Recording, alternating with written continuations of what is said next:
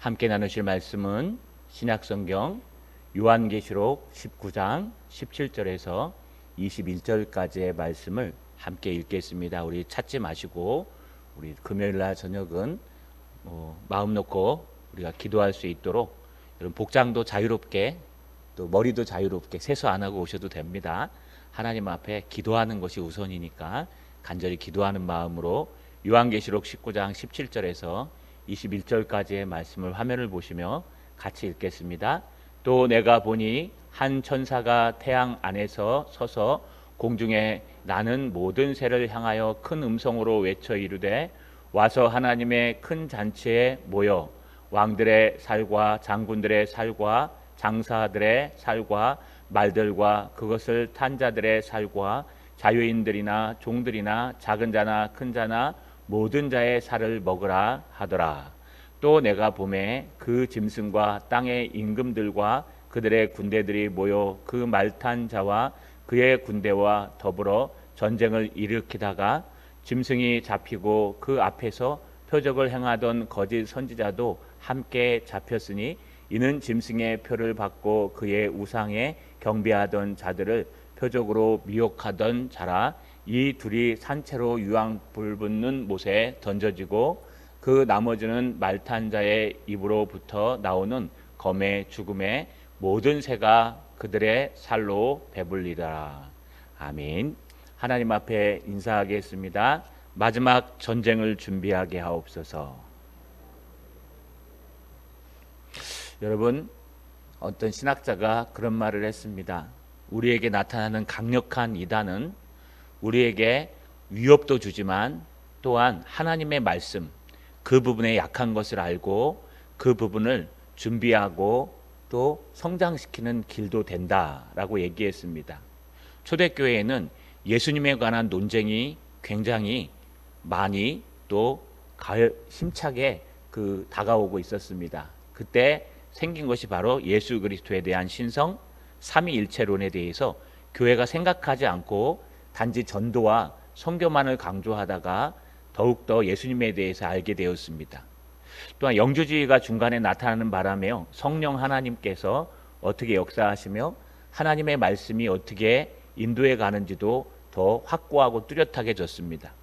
오늘날 신천지가 나타난 것은 우리에게 해가 되기도 하지만 또 하나는요, 요한계시록을 다루지 않던 우리 개혁주의가 이제 요한계시록을 좀 더 깊게 교회마다 어떻게 개혁적으로 해석할 것인가, 어떻게 하나님의 말씀을 바르게 해석할 것인가에 대한 고민을 가져다 주었습니다. 저희 교회도 부득불 하나님의 요한계시록을 이제 19장까지 나누고 있습니다.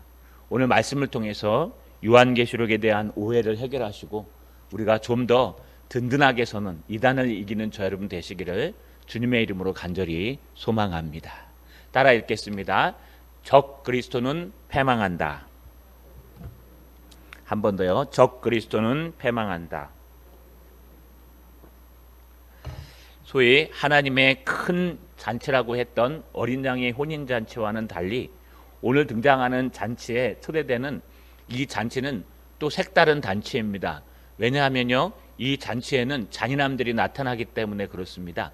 17절에 보니까 또 내가 보니, 지금 무엇을 보고 있었습니까? 하늘로부터 백마를 탄 예수 그리스도가 흰 옷을 입고 이 땅에 내려오실 때 그 좌우편으로 천사들과 하나님의 천군 성도들이 함께 백마를 타고 내려오는 하나님의 군대를 보았습니다. 예수님의 그 흰 옷자락에는요, 핏빛으로 물들어 있었습니다. 바로 그 심판의 주 예수 그리스도를 바라보고 있을 때 다시 한번 요한은 새로운 것을 보게 됩니다. 한 천사가 태양 안에서 서서 공중에서 나는 모든 새들을 향하여 큰 음성으로 외칩니다. 한 천사가 지금 외치고 있는 겁니다. 이 초대하고 있는 겁니다. 잔치에. 근데 이게 무엇이냐? 와서 하나님의 큰 잔치에 모여. 와라. 와서 이 하나님의 큰 잔치에 모여라. 누굴 초대하냐 하면요, 공중에 나는 새들을 초대합니다. 천사가 새들을 초대한다는 건 여러분 비유법이고 은유법입니다. 이것은 무엇을 얘기하느냐? 바로 18절에 그 의미가 있습니다. 왕들의 살과 장군들의 살과 장사들의 살과 말들과 그것을 탄 자들의 살과 자유인들이나 종들이나 작은 자나 큰 자나 모든 자의 살을 먹으라 하더라. 천사들을요 이 잔치에 초대했는데 그 잔치에는 왕들도 죽어 있고 장군들도 죽어 있고 장사라고 하는 힘센 사람도 죽어 있고 잘 달리는 용맹스러운 군마도 죽어 있고요.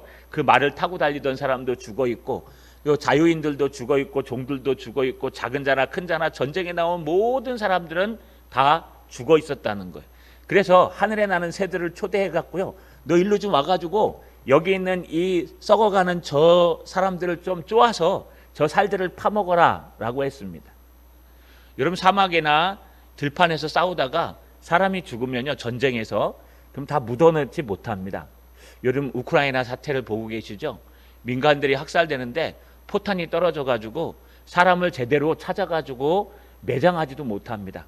그냥 맞아 갖고 죽으면 길거리에 무너져 있고 그들을 살리러 들어갔다가 다칠까 봐 못하고 그래서 시신도 제대로 매장하지 못하는 사람들이 있다고 합니다. 이게 전쟁입니다. 전쟁은 참혹합니다. 그런데 중요한 것은 그 전쟁에는 사람이 죽게 돼 있고 그 전쟁에 진 나라는요 결국 그 시체들이 뒹굴러 다니며 새들이 와서 들새가 와서 파먹는 그 모습, 전쟁의 패한 모습을 볼 수 있습니다. 여러분 이 전쟁은 무슨 전쟁일까요? 이 전쟁에 대해서 우리는 앞에 이미 살펴보았습니다. 요한계시록 16장에 아마겟돈 전쟁이라는 게 등장하는데요. 여러분 하나님의 군사들과 이 땅의 군사들이 싸워 하나님의 군사들이 적그리스도에게 승리하는 전쟁인데 그 전쟁과 이 전쟁이 다른 전쟁이 아니라요. 그 전쟁과 지금 이 전쟁은 똑같은 전쟁입니다. 그런데 이 전쟁을 여기서 조금 더 자세히 묘사하고 있는 겁니다. 이 마지막 때 아마겟돈 전쟁, 하나님의 군대와 세상에 있는 모든 여러분 마귀의 군대가 싸워서 결국 마귀의 군대가 무너지는데 여기 등장하는 왕의 장군, 장사, 말에 탄 자, 자유인, 종들, 작은 자나 큰 자 이들은 모두 짐승의 표를 받은 여러분 적 그리스도들의 군대들을 이야기합니다. 결국 마지막 때는 전쟁이 일어나게 돼 있는데 이게 물리적인 전쟁이 아니라요. 영적 전쟁이 일어나게 돼 있습니다. 영적 전쟁에서 결국 백마탄 예수 그리스도를 따라가는 하나님의 성도들, 천군 천사들이 완전하게 승리할 수 있다는 것을 보여주는 겁니다. 이 땅에서 누가 승리할까요? 여러분 이 땅에서는요 왕들을 얼마나 많이 소집했느냐 이게 중요합니다. 지금도 너 나토에 가입했냐 안 가입했냐가 중요하죠. 왜냐하면요 우리 숫자가 얼마나 많으냐 우리가 어느 편에 섰냐가 중요하지만 하나님 나라의 전쟁도 중요할 것 같지만 이런 왕들이 중요하지 않습니다. 또 장군들을 얼마나 용맹한 사람을 두었냐 또 얼마나 힘센 사람들이 많냐 무기가 얼마나 신입이냐라고 얘기하지만 하나님의 영적 전쟁에서는요 그런 무기를 싸울 수가 없습니다.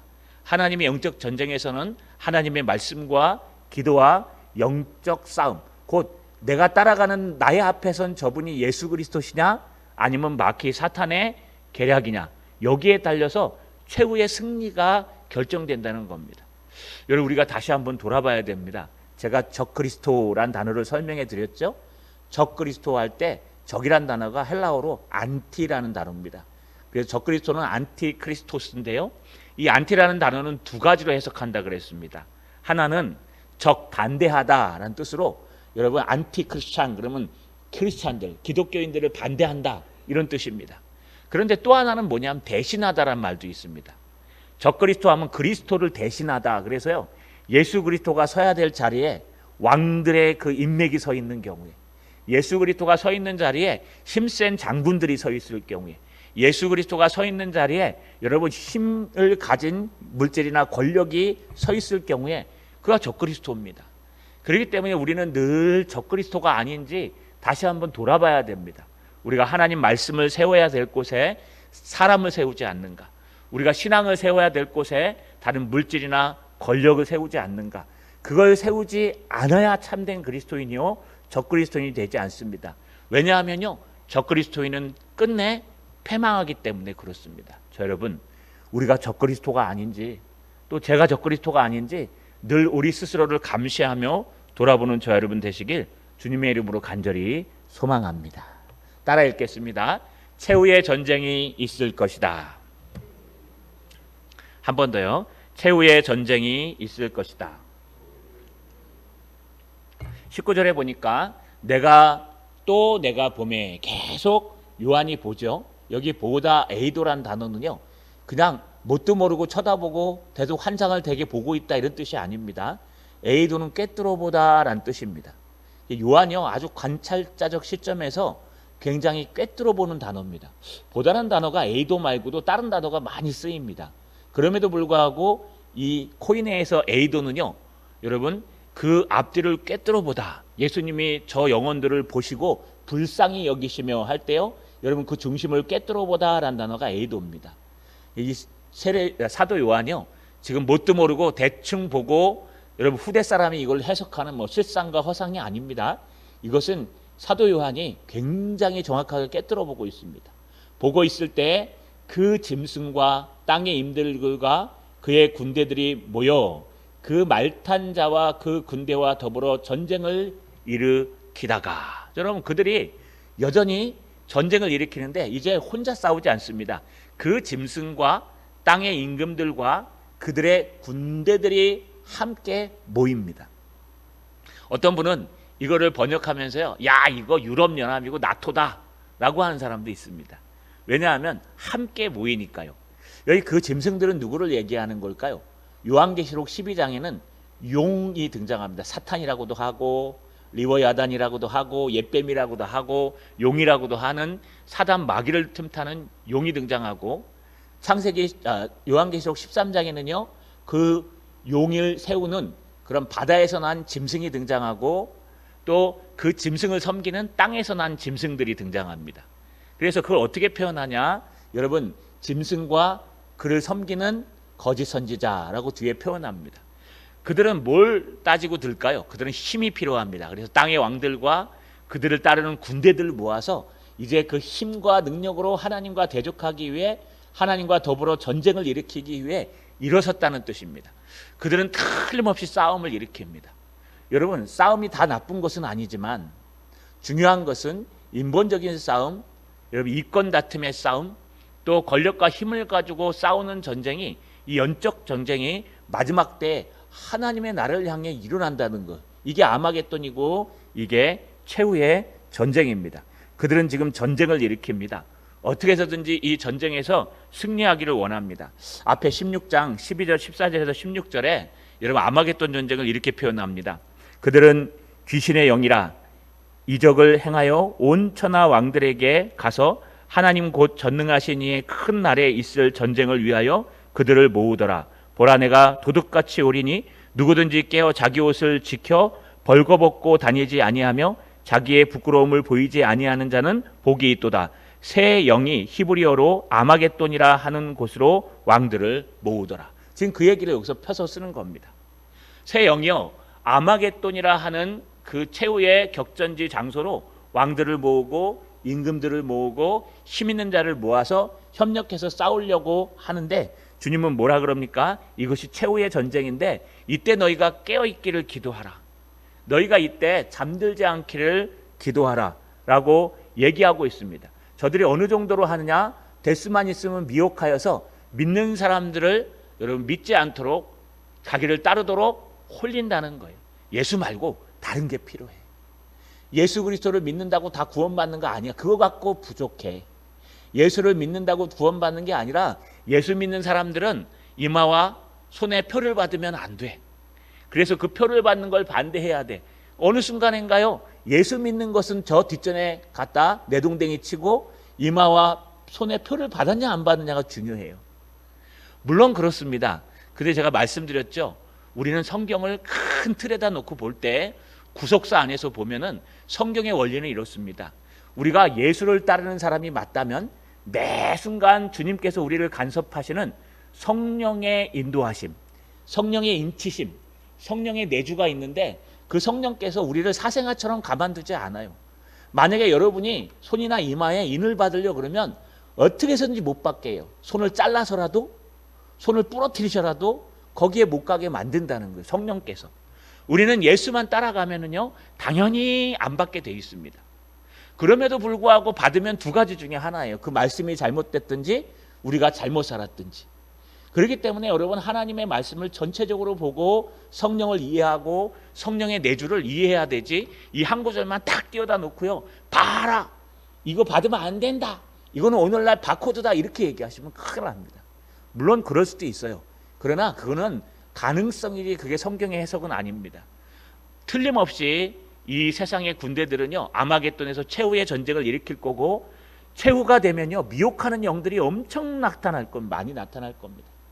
박태선 장로가 신앙촌을 세울 때요 그랬다고 하지 않습니까?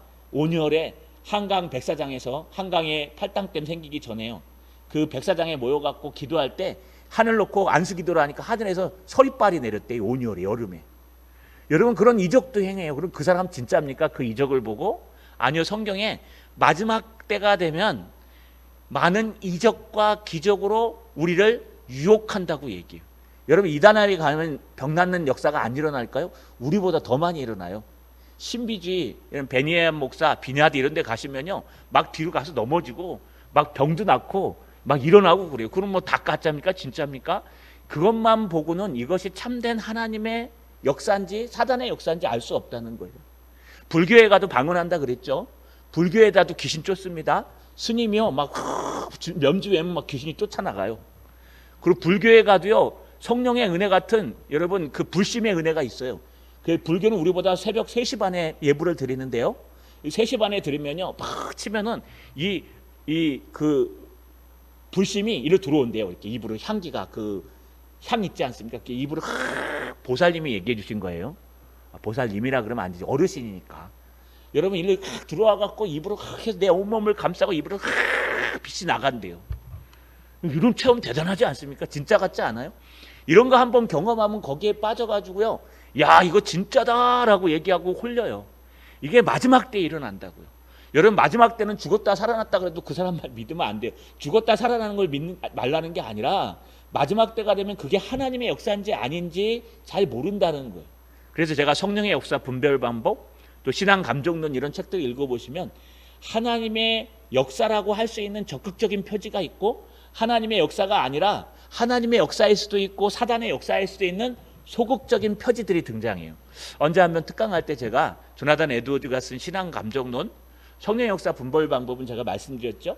그 신앙 감정론에 대해서 한번 강의를 하겠습니다. 거기에 보시면 여러분 기적이 일어나서 병이 낫는 걸 가지고 이게 100% 성령의 역사고 하나님의 역사라고 할 수 없다라고 얘기해요. 왜냐하면 사탄도 그렇게 역사할 수 있다. 그러나 거기에 보면요, 여러분 예제 선교사라고 얘기했죠. 이런 성령이 역사하시는 걸로 말미암아 우리가 변화돼서 사단이 못 쫓아할 수 있는 게 있어요. 그게 하나님의 말씀에 대한 갈망함, 예수 그리스도에 대한 바른 건전한 교리, 이런 것들은요 따라올 수가 없어요. 그래서 마지막 때가 되면 우리 분별해야 돼요. 비판하는 게 아니라 분별해야 돼요. 이게 하나님의 음성인지 아닌지, 이것이 하나님의 뜻인지 아닌지. 사탄은요 우리를 계속해서 까발라요. 까발른 게 뭔지 아시죠? 까바르다. 이 도리깨질하는 거 우리 경기도 사투리 까바르게, 이걸 뭐라 그래요? 이거 한다 그러죠? 까부르다. 예, 표준어입니다. 여러분 그렇기 때문에 마지막 때가 되면 우리는요 분별해야 돼요. 이게 하나님의 뜻인지 아닌지. 하나님은 여러분이 원하시는 거 다 주고 뭐만 뺏어가요? 신앙만 뺏어가요. 하나님 우리 집 잘 되게 하십시오. 하나님 해줄 수 있어요. 하나님 우리 건강하게 해주십시오. 하나님 하루아침에 건강하게 할 수 있어요. 하나님 내 병 낫게 해주세요. 낫게 해줄 수 있어요. 하나님 돈벼락 맞게 해주세요. 돈벼락 맞게 해줄 수 있어요. 그런데 이건 하나님만 하시는 게 아니라 사단도 해줄 수 있어요. 근데 해주고 나서 하나님은 뭘 안 뺏어가요? 하나님은 그런 것을 통해서 하나님의 신앙을 뺏어가지 않습니다. 그런 게 오히려 하나님 앞에 더 가까이 붙고 더 많이 기도하게 하고 더 많이 하나님을 붙들게 합니다. 그런데요 사단은 달라요. 그거 줄 테니까 네 신앙을 나한테 줘. 그거 줄 테니까 너 신앙 나한테 팔어. 우리 대부분 다 잘못된 길을 걸어가면 그래요. 하나님 우리 아이에게 문제가 있는데 이 문제만 좀 해결해 주시옵소서. 내가 그럼 신앙생활 잘할게요. 하나님이 그 문제 싹 해결하고 나면 기도하러도 안 오고 예배하러도 안 오고 아무것도 안 해요. 어느 순간인가 다른 곳에 가 있어요. 이거는 신앙이 아닙니다. 이건 잠시 미혹되는 거예요. 하나님의 신앙은 절대 그렇지 않아요. 하나님의 신앙은 우리가 기도하고 응답받으면 응답받을수록 더 하나님께 붙어있고 더 깊이 들어가는 게 하나님의 참된 모습이에요. 그렇기 때문에 우리는 매 순간 여러분 분별해야 돼요. 나에게 좋은 일이 생겼다 그래서 그게 다 좋은 일이 아니에요. 그것이 정말 하나님의 역사인지 아닌지는 그 결과를 보면 알아요. 그 결과로 말미암아 내가 정말 하나님을 붙들고 있는가, 아니면 여기 등장하는 미혹하는 짐승에게 혹시 넘어가 있는 건 아닌지. 여러분, 최후의 전쟁은 영적 전쟁이에요. 그래서 여러분 마음속에서 일어나고 있고 세상에서 일어나고 있습니다. 어떤 신학자는 세대주의적 해석을 하면서 이 전쟁은 종교 전쟁이기 때문에 아마 중동 전쟁일 것이다. 그래서 예수 믿는 기독교인들과 이슬람교 사람들이 서로 싸우는 전쟁이 될 것이다. 근데 그것도 정확하지 않습니다. 왜냐하면 이 전쟁은 예수 그리스도가 앞장서서 하는 하나님의 나라의 전쟁이기 때문에 그렇습니다. 여러분, 전쟁을 준비하셔야 됩니다. 우리가 전쟁을 어떻게 준비해야 될까요? 그 최후가 여기 등장합니다. 자, 따라 읽겠습니다. 전쟁에 대한 설명을 들으라. 한 번 더요. 전쟁에 대한 설명을 들으라. 이 설명을 들으시면 우리가 무엇을 준비할지 잘 등장해요. 20절에 보니까 짐승이 잡히고, 여기 등장하는 짐승은 바로 여러분 사단 마귀가 움직이는 권세 잡은 나라들, 권력들을 얘기합니다. 또 그를 따르는 선지자들 얘기합니다. 짐승이 잡히고 그 앞에 표적을 행하던 거짓 선지자도 함께 잡히매. 이제 하나님 앞에 잡힙니다. 예수 그리스도의 이름으로 잡혀요. 꼬리가 잡혀요. 왜 잡히냐 하면 여러분, 그 짐승은 용을 섬기는 거고, 짐승은 큰 권력과 나라고, 그를 여러분 섬기게 하는 표적을 행하던 거짓 선지자들. 여기 거짓 선지자들은 오늘날 기존교회 선지자 목사들이 아니에요. 그건 여러분, 저는 요즘 들어갔고 신천지 교리에 푹 빠져 있습니다. 제가 요즘 신천지 공개적인 사이트에 제 휴대폰에 가입돼 있거든요. 제가 신천지라고 모시면 안 됩니다. 제가 요즘 열심히 신천지를 연구하고 있어요. 왜냐하면 앞으로 신천지에서 탈퇴하고 오실 분들도 맞이해야 되고, 또 우리 옆에 있는 저게 또 신천지 핵심이니까 우리 성도들이 무장을 해야 되기 때문에 신천지 특강을 한번 할 거예요. 우리 제자훈련할 때 꼭 한 두세 주 해갖고 넣으려고요. 여러분, 열심히 빠져 있는데 참 기가 막혀요. 기가 막히게 앞뒤도 안 맞는 얘기를 앞뒤도 맞춰갖고 세뇌시키는 거예요. 요즘 아주 재밌습니다. 제가 막 열불도 나고. 재밌는 것은요, 그들은 어떻게 해서든지 사람들을 미혹하고 사람들이 넘어질 수 있도록 해서 올무를 걸어갖고 빠져오는 거예요. 더 무서운 건요, 신천지가 아니에요. 더 무서운 건 여러분 구원파고, 더 무서운 건 여러분 교리가 우리랑 비스무리한데 끝이 다른 거예요. 이거 이단이잖아요. 끝단자 다를 이자. 이단. 끝이 달라요. 여러분, 이게 더 무서운 거예요. 그래서 더 자세하게 얘기하면 교회 안에도 이단이 있어요. 우리 스스로가 이단일 수도 있어요. 우리 스스로 신앙 고백하면서요, 예배는 와서 드리고 있는데 우리 생각과 교리는 달라요. 성경에서 그런 말 하지 않았는데, 내가 보니까 이렇더라. 내가 보니까 신앙이에요. 그 이단이에요, 원래는. 그런데 그걸 갖다 이단이라고 안 하죠. 왜냐하면 우리는 가능성이 있잖아요. 앞에 하는 지도하는 목사들, 우리가 설교하는 우리 목자들, 부목사님들, 개혁주의를 배워서 여러분 그것을 설교하니까 바르게 잡혀갈 수 있는 가능성이 있잖아요. 그래서 여러분이 좀 틀려도 이단이라고 하지 않아요. 그런데 이단 단체는요, 그 앞에서 가르치는 사람이 신앙이 제대로 안 돼 있어요. 봤다 그러고 들었다 그러고 나만 따라오라 그러고 뭔가 확신이 있는데, 그리고 역사도 일어나는데 미혹도 한다니까요. 호세아서에 보면 나무가 얘기한다니까요. 근데 그를 따라가면 망하는 거예요. 왜냐하면 그가 바른 선지자가 아니기 때문에. 그래서 여기 거짓 선지자라는 것은 무엇을 얘기하느냐? 하나님의 말씀을 전하지 않는 사람. 또 하나는요, 예수 그리스도를 따라가지 않는 사람.